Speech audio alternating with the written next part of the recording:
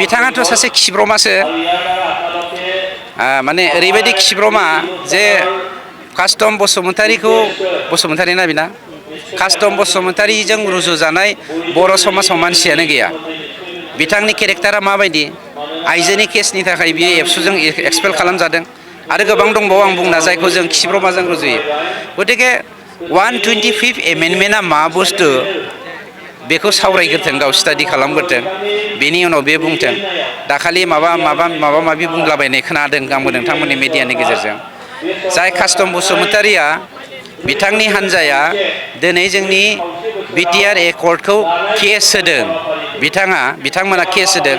बिथांमोना बे 125नि सोमोन्दै गहपुराव थांनानै बाथ्रा बुंहैथोंलाय, दख'ना फैखोनानै हासिबजों बुज्राव हरजाया नामा बिसोरो?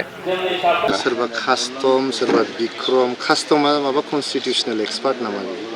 बेयो मालाबा पार्लियामेन्टआव थांनानै बाथ्रा बुंफिननो मोनदों नामा?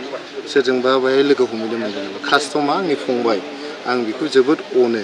बेनि सोंनायनि फिननायखौ आङो होनो लुबैयो। कास्टमखौ गोदोनिफ्रायनो जोबोद अननानै जोंनि साया सायख्लुमावनो बिथाङा आन्दलन खालामनानै लिरबोदों। मोजां गथ', बेयो इयुनाव बिथाङा गोजोन पलिटिक्सआव, राजखान्थियाव बिथांनि इयुना गोजोन खामानि मावलांबाय थानांगौ। कनस्ट्राक्टिभ भाबै मिनिंफुलि रायजोखौ सेबा खालामलांबाय थानांगौ। बे नाङा फाङा बे जिनिसखौ जाथारा।